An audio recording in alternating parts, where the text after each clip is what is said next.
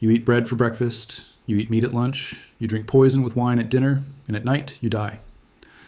The medieval court poison taster was the first mortal shield system serving kings. He was more valuable than a knight, more protected than a soldier, yet he woke up every day facing the risk of death. The first spoon on the king's table was always his fate. He woke up at dawn, began work in the royal kitchen, and first smelled every bowl and every plate. He looked for changes in color, searched for suspicious smells, and before noon took one spoon from the king's meal every single day. He took one spoon and waited for 30 minutes, watching to see if trembling, nausea, or dizziness would appear. Before the evening meal, a second round of tasting took place, and even if fever struck at midnight, he was always on duty. Not a single drop of water reached the king's mouth without passing through him, and every bite was completely under his control. While an ordinary palace servant earned 3 shillings, the taster earned 15 shillings, which meant 180 shillings per year. A peasant earned 36 shillings a year. A palace cook earned 80 shillings, and the taster's income was twice that of the cook. Housing, food, and clothing were provided for free. A house was assigned to his family, and his children were educated in royal schools. If he died, his family received a lifelong salary, and with 1 year of income, you could buy 8 cows or purchase 2 acres of land. Tasters carried an immunity document issued by the king, sealed with gold. No one ever questioned it. Even if you committed a crime, you would never face a court. And even if you were in debt, you would never see prison, as people immediately made way for you in the streets. He was protected by the king like a personal guard. He privileged not even princes possessed, granted only to the taster. Tasters constantly carried poison antidotes with them and always wore a small silver container. Inside was a bezoar stone, a valuable object taken from a goat's stomach, and if poisoned, he would immediately put it in his mouth to survive. The second antidote was a mixture of crushed shellfish, and the third antidote was fresh onion and garlic, because every poison required a different cure. Milk was used for arsenic, activated charcoal for digitalis, and the taster possessed antidote knowledge like a true chemist.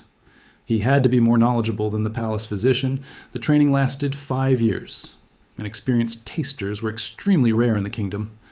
But they had an unexpected privilege, because tasters were considered members of the royal family and carried a family emblem and wore a royal ring. They sat with the royal procession in church, the king attended their funerals ceremonially, and their graves were placed inside the church itself. An ordinary peasant's grave remained outside. Their newborn child could be given a prince's name, and the king himself became the godfather. They were the most important guests at noble tables, received special seats at imperial banquets, and no knight or minister ever enjoyed such privileges. Of course, this profession had its price, as tasters usually died in their 20s, and chronic poison accumulation slowly destroyed their bodies from the inside. Even small doses killed years later. The liver rotted, and the kidneys could no longer filter blood properly. Hair fell out, teeth yellowed. A 30-year-old man looked 60, hands constantly trembled, and stomach pain never disappeared. A taster who worked for 10 years always became ill, and records show almost none served for 15 years. A shocking truth was that tasters were sometimes poisoned deliberately, as enemy kingdoms paid large bribes and tasters betrayed for money. Even if he poisoned the king, he could never escape, as he would be captured immediately and burned alive. And in 1243, the King of England ate poisoned food. The taster had been bought by an enemy, the king died, and the taster was torn apart before the public. In France, 5 tasters were burned for treason, and trust inside the palace completely collapsed. There were also female tasters, few in number but great in impact, and the personal taster of queens was always a woman. They were naturally more careful and suspicious, and in Italy, a female taster named Beatrice served for 20 years. In France, a woman named Agnes served 3 queens, and miraculously, died of old age rather than poison. Female tasters earned more than men, but once their service ended, they could not marry, because no one wanted to build a family with a woman who lived under constant risk of death. Every bite could be the last. Arsenic poisoning was the most common cause of death. Burning pain began in the stomach, and within 2 hours the heart stopped. Belladonna caused loss of vision. Cyanide killed the fastest, stopping breathing within 10 minutes and ending life.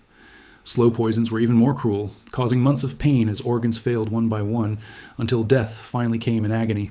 Was this life worth choosing? And for a peasant, it absolutely was, because rising from mud to palace was a rare opportunity in that era. You could become rich in 1 generation and grant nobility to your family, and between a short life or a long misery, the taster chose the shorter life. Why crawl for 40 years when you could live 20 years in splendor? Because the risks were high, but the rewards were always higher. This was the story of the man who placed the first spoon on the king's table. That single spoon kept kingdom standing. He became the king's shield against the poisoned cup. The hands that tasted wrote history. As we trace the lives long lost to time, continue this journey by subscribing.